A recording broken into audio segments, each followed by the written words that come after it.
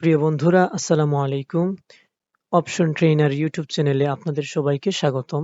প্রিয় বন্ধুরা, আজকে আমি আপনাদেরকে এই হোম মেনুর এই ফন্ট এরিয়ার কিছু কাজ দেখিয়ে দেব।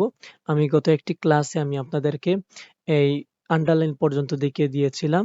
তো আজকে আমি আপনাদেরকে দেখাবো যে এই সাবস্ক্রিপ্ট, সুপারস্ক্রিপ্ট এবং এটি আমাদের প্রয়োজন নাই এবং এই যে টেক্সট হাইলাইট কালার এবং ফন্ট কালার, এগুলো খুব গুরুত্ব সহকারে দেখবেন। এগুলো আমাদের প্রত্যেকের জন্য সবচেয়ে বেশি গুরুত্বপূর্ণ।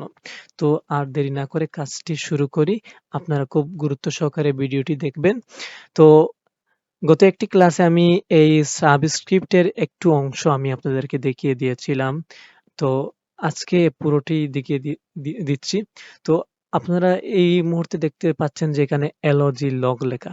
তো আমাদের 9-10 এর গণিত বইয়ে যে লগারিদমের যে অঙ্কগুলা রয়েছে, তো সেই অঙ্কগুলা কিভাবে লিখা হয়? বিভিন্ন সময় যে প্রশ্ন তৈরি করা হয়, বিভিন্ন সময় দেখা যায় যে বই তৈরি করা হয়। তো বই তৈরি করার ক্ষেত্রে যে লগারিদম যে অঙ্কগুলা রয়েছে সেগুলো কিভাবে তৈরি করা হয়, কিভাবে লিখা হয়, কিভাবে টাইপ করা হয় এবং বীজগণিতীয় যে সূত্রগুলা রয়েছে বা বীজগণিতীয় যে অঙ্কগুলা রয়েছে সেগুলো কিভাবে লিখা হয়। তো আসলে এসব কিছু সহজ। কিন্তু আপনারা যদি সহজভাবে বুঝতে পারেন তাহলে কিছুই আপনাদের জন্য সহজ হয়ে যাবে। তো লগারিদমের অঙ্ক লেখা হয় এই সাবস্ক্রিপ্ট দ্বারা এবং বীজগণিতীয় অঙ্ক লেখা হয় সুপারস্ক্রিপ্ট দ্বারা। তো আপনারা খুব মনোযোগ সহকারে এই ক্লাসটি দেখবেন। যেমন ধরেন আমি এই লগারিদমের একটি সূত্র লিখতেছি। তো সেক্ষেত্রে আমি এলজি লগ লেখলাম। লগ লেখার পর বিভিন্ন সময় থেকে দেখা যায় যে নিচে এ থাকে বা 10 থাকে। তো আমি নিচের দিকে একটি এ দেব। তো সেক্ষেত্রে আমার ব্যবহার করতে হবে এই সাবস্ক্রিপ্ট। অর্থাৎ মেইন লেখার নিচের দিকে যদি লিখতে চাই সেক্ষেত্রে আমার সাবস্ক্রিপ্ট ব্যবহার করতে হবে। তো সাবস্ক্রিপ্টের কিবোর্ড কমান্ড হচ্ছে কন্ট্রোল প্লাস ইকুয়াল। তো আমরা যদি কিবোর্ড থেকে কন্ট্রোল এবং ইকুয়াল একসাথে চাপি সেক্ষেত্রে আমাদের সাবস্ক্রিপ্টটি সিলেক্ট হবে। অর্থাৎ সাবস্ক্রিপ্ট আকারে লিখে আসবে।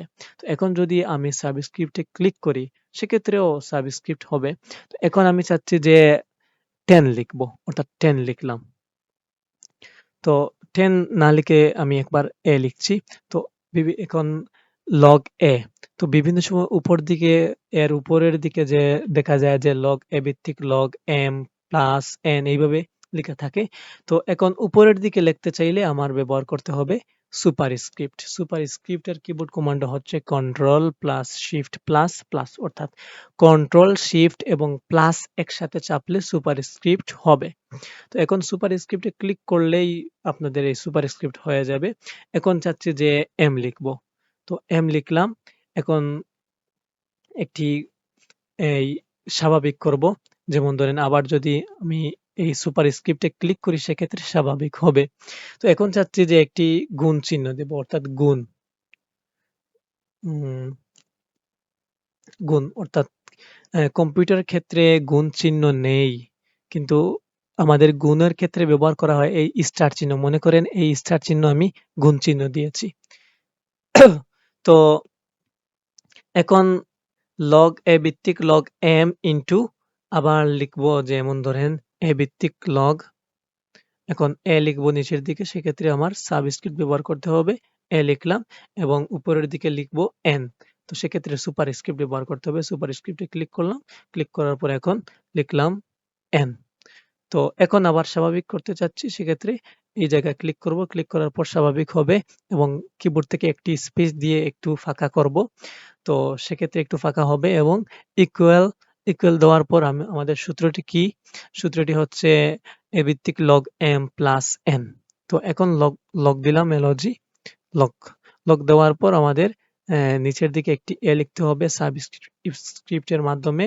তো এখান থেকে এ লিখলাম, সাবস্ক্রিপ্ট সিলেক্ট করে এখন আমাদের উপরের দিকে লিখতে হবে যে m প্লাস n। তো এখন সুপারস্ক্রিপ্ট সিলেক্ট করলাম। সিলেক্ট করার পর m প্লাস চিহ্ন দিলাম, আবার n। তো এইভাবে লগারিদমের অঙ্ক লেখা হয়। তো ঠিক সেইভাবেই বীজগণিতীয় অঙ্ক লেখা হয় যে সাবস্ক্রিপ্ট, সুপারস্ক্রিপ্টের মাধ্যমে। তো এখন মোটামুটি হয়তো আপনারা এই সাবস্ক্রিপ্ট এবং সুপারস্ক্রিপ্ট সম্পর্কে বুঝে গেছেন। তো আরেকটি অপশন রয়েছে যে text highlight colour, text highlight colour. তো এই টেক্সট হাইলাইট কালার দ্বারা কোন কোন কাজ করা হয় আপনারা খুব গুরুত্ব সহকারে দেখেন। আমি যদি এই অপশন কম্পিউটার ট্রেনিং ইনস্টিটিউটকে যদি সিলেক্ট করি, তো আপনারা অলরেডি দেখতে পাচ্ছেন যে একটি হাইলাইট কালারে সিলেক্ট হয়েছে হাইলাইট কালারে। যদি আপনারা এইভাবে যদি কোনো হাইলাইট কালার দিতে চান, সেক্ষেত্রে আপনাদের ব্যবহার করতে হবে এই টেক্সট হাইলাইট কালার। এখানে ঢুকে আপনাদের ইচ্ছে মতো যেকোনো একটি কালার দিতে পারবেন এইভাবে। এইভাবে যদি কালার দিতে চান, সেক্ষেত্রে এই হাইলাইট কালারে ঢুকে একটি হাইলাইট কালার দিতে পারবেন। তো আমি চাচ্ছি যে এই শব্দগুলোর মধ্যে এই দুটি শব্দকে আমি হাইলাইট কালার দিব। সেক্ষেত্রে আমি হাইলাইট কালারে ঢুকবো, ঢোকার পর হাইলাইট কালার দিব। তো এইভাবে হয়ে যাবে।